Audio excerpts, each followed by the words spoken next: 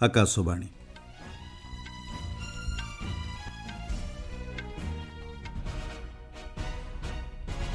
संवाद पढ़ुचंती सत्यव्रत बेहुरा। लोकसभा को अनिर्दिष्ट काल पई मुलतवी घोषणा कले बाचस्पति। विश्व में सहयोग दृढ़ करने क्षेत्र में बिम्स्टेक्र गुरुत्वपूर्ण भूमिका रही बोली कहिसंती प्रधानमंत्री। विशिष्ट चलचित्र अभिनेता तथा निर्माता मनोज कुमार 87 वर्ष बयस परलोक। शोक प्रकाश कले राष्ट्रपति, उपराष्ट्रपति और प्रधानमंत्री। संसद में भारत उपर अमेरिका शुल्क वृद्धि नहीं विरोधी दलगुड़िकर विक्षोभ प्रदर्शन एवं आईपीएल क्रिकेट रे आज मुहांमुही हेबे लखनऊ सुपर जायंट्स और मुंबई इंडियंस। लोकसभा को आज अनिर्दिष्ट काल पई मुलतवी घोषणा करा जायछि। बाचस्पति ओम बिरला तांको समापनी वक्तव्य कहिसंती चलित वर्ष जनवरी 31 तारिख आरंभ होइथिबा बजेट अधिवेशन रे लोकसभा रे 118% कार्यदक्षता रेकर्ड करा जायछि। से कहिसंती एही बजेट अधिवेशन काल रे 16टी विधेयक गृहर मंजूरी लाभ करिछि। इस सत्र में हमने 26 बेड की तथा कुल उत्पादकता 118% से अधिक रही। केंद्रीय बजट पर चर्चा में 169 सदस्यों ने भाग लिया। सत्र के दौरान 10 सरकारी विधेयक पूर्व स्थापित किए गए। वक्फ संशोधन विधेयक सहित 16 विधेयक पारित किए गए। प्रतिपक्ष के नेता, विभिन्न दलों के नेताओं, माननीय सदस्यों तथा लोकसभा सचिवालय के महासचिव, सचिवालय के अधिकारियों तथा कर्मचारियों एवं संबद्ध एजेंसियों को उनके द्वारा प्रदान की गई सबका धन्यवाद देते हैं। सभा की कार्रवाई अनिश्चित काल के लिए स्थगित की जाती है। आज सकाळे विरोधी दलगुड़िक पक्षर भारत उपर अमेरिकार शुल्क लागू नहीं हट्टगोल सृष्टि होबारु गृह कार्य को मध्याह्न 12टा पर्यंत मुलतवी घोषणा करा जायथिला। द्वितीय थर गृह कार्य आरंभ होबा मात्रे कांग्रेस, डीएमके एवं अन्य विरोधी सदस्य माने स्लोगान देवा सह गृहर मध्यभागक आसी हट्टगोल सृष्टि करथिले।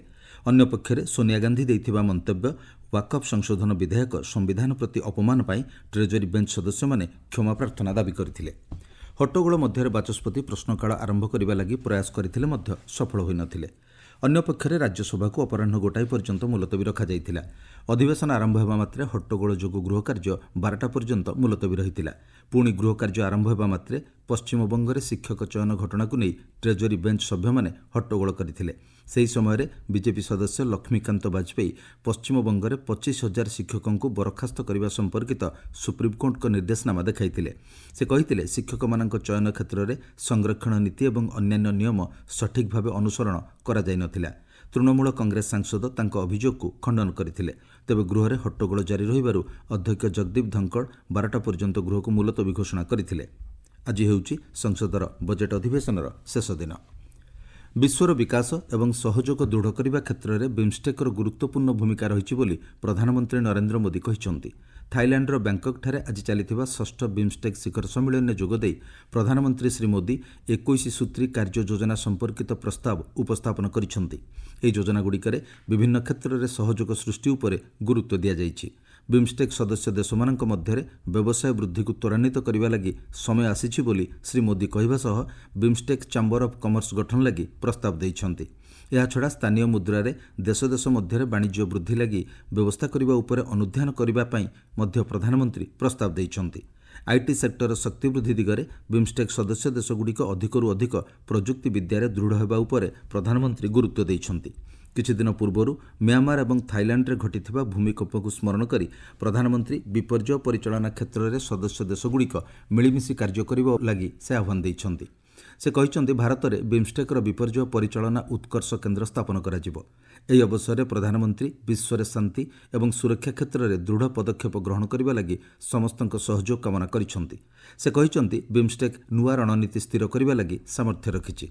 एही अवसर में बोधि पदक्षेप जरिया प्रत्येक वर्ष बिम्स्टेक सदस्य देशगुड़िकर 300 युवा भारत में प्रशिक्षण लाभ करेंगे। श्री मोदी कहिसंती चलित वर्ष भारत में बिम्स्टेक पारंपरिक संगीत महोत्सव आयोजन हेबो। ଏହି ଅବସରରେ ପ୍ରଧାନମନ୍ତ୍ରୀ ନରେନ୍ଦ୍ର ମୋଦି ବାଂଲାଦେଶର ମୁଖ୍ୟ ପରାମର୍ଶଦାତା ମହମ୍ମଦ ୟୁନୁସଙ୍କ ସହ ଦ୍ୱିପାକ୍ଷିକ ଆଲୋଚନା କରିଛନ୍ତି। ଆଜି ବିମ୍ଷ୍ଟେକ୍ ଶିଖର ସମ୍ମିଳନୀ ଶେଷ ହେବା ପରେ ପ୍ରଧାନମନ୍ତ୍ରୀ 3 ଦିନିଆ ଶ୍ରୀଲଙ୍କା ଗସ୍ତରେ ଯିବେ। ସେଠାରେ ସେ ରାଷ୍ଟ୍ରପତି ଅନୁରା କୁମାରା ଦିଶାନାୟକଙ୍କ ସହ ବିଭିନ୍ନ ଦ୍ୱିପାକ୍ଷିକ ପ୍ରସଙ୍ଗ ନେଇ ଆଲୋଚନା କରିବାର କାର୍ଯ୍ୟସୂଚୀ ରହିଛି। ଆପଣମାନେ ସମ୍ବାଦ ଶୁଣୁଛନ୍ତି ଆକାଶବାଣୀରୁ।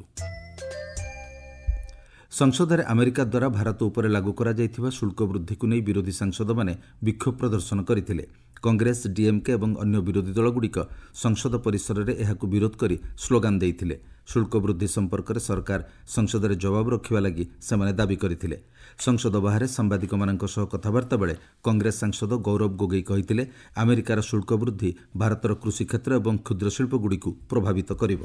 ବଲିଉଡ୍ର ବର୍ଷୀୟାନ ଅଭିନେତା ମନୋଜ କୁମାରଙ୍କ 87 ବର୍ଷ ବୟସରେ ପରଲୋକ ଘଟିଛି। ମୁମ୍ବାଇର ଏକ ହସ୍ପିଟାଲରେ ଚିକିତ୍ସାଧୀନ ଅବସ୍ଥାରେ ତାଙ୍କର ଦେହାନ୍ତ ହୋଇଛି। ମନୋଜ କୁମାର ଭରତ କୁମାର ନାମରେ ବେଶ୍ ଲୋକପ୍ରିୟ ଥିଲେ। 1992 ମସିହାରେ ପଦ୍ମଶ୍ରୀ ଏବଂ ଦାଦାସାହେବ ଫାଲ୍କେ ସମ୍ମାନରେ ତାଙ୍କୁ ସମ୍ମାନିତ କରାଯାଇଥିଲା।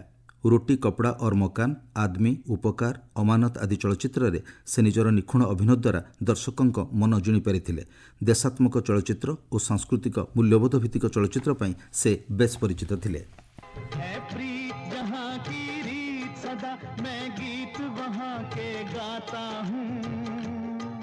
भारत का रहने वाला हूँ, भारत की बात सुनाता। राष्ट्रपति द्रौपदी मुर्मू किंबदंती अभिनेता और चलचित्र निर्माता मनोज कुमार परलोकरे गभीर शोक प्रकाश करिसेंति। एक सामाजिक गणमाध्यम पोस्टरे राष्ट्रपति भारतीय सिनेमारे मनोज कुमार अविस्मरणीय छाप छाड़ी जाइछन्ति बोली कहिसेंति। तांकर दीर्घ चलचित्र क्यारियर रे से भारतर मूल्यबोधकु सुंदर भावरे प्रदर्शन करिसेंति बोली राष्ट्रपति कहिसेंति।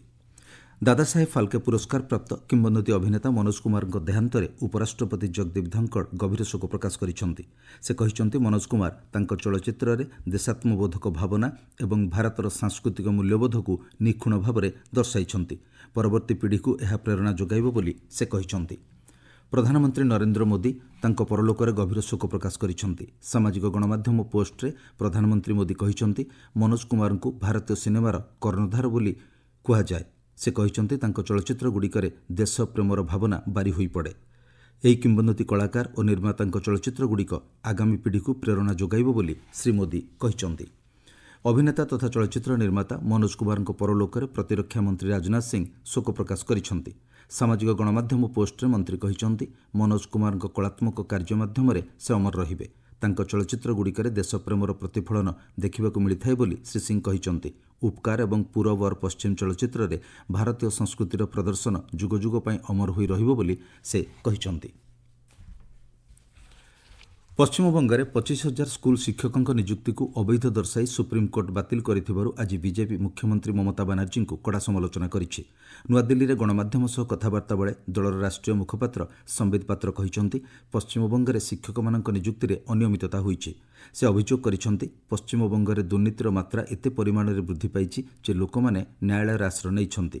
से कहिसेंति, पश्चिमबंगरे चाकरी पई लांच कारोबार बहु परिमाण रे वृद्धि पाइछि। बंगाल में जिस प्रकार से भ्रष्टाचार को खुलेआम छोड़ रखा है, आज उसका गाज लाखों लोगों के ऊपर पड़ा है। कल सुप्रीम कोर्ट ने बंगाल में जो स्कूल भर्ती घोटाला हुआ था, लगभग 23 से 24 लाख एप्लीकेंट टीचर और नॉन टीचिंग स्टाफ जो एडवर्टाइजमेंट के माध्यम से निकली थी, उसमें उन्होंने अप्लाई किया। बंगाल में इसे पैसा लेकर काम देने वाला scam, bribe for job scam और स्कूल भर्ती घोटाले के नाम से जाना गया।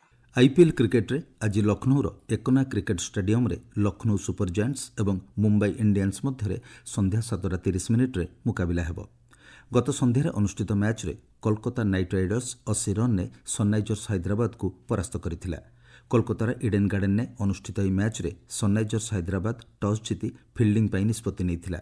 प्रथमे बैटिंग करी कोलकाता नाइट राइडर्स निर्धारित 20 ओभर रे 6 विकेट हराई 200 रन स्कोर करथिला।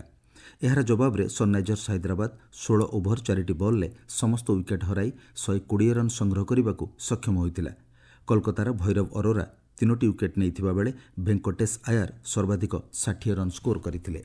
मुख्य संवाद पुणी थरे। लोकसभा को अनिर्दिष्ट काल पाई मुलतवी घोषणा कले बाचस्पति। विश्व में सहयोग दृढ़ करने क्षेत्र में बिम्स्टेकर गुरुत्वपूर्ण भूमिका रही बोली कहिसेंति प्रधानमंत्री।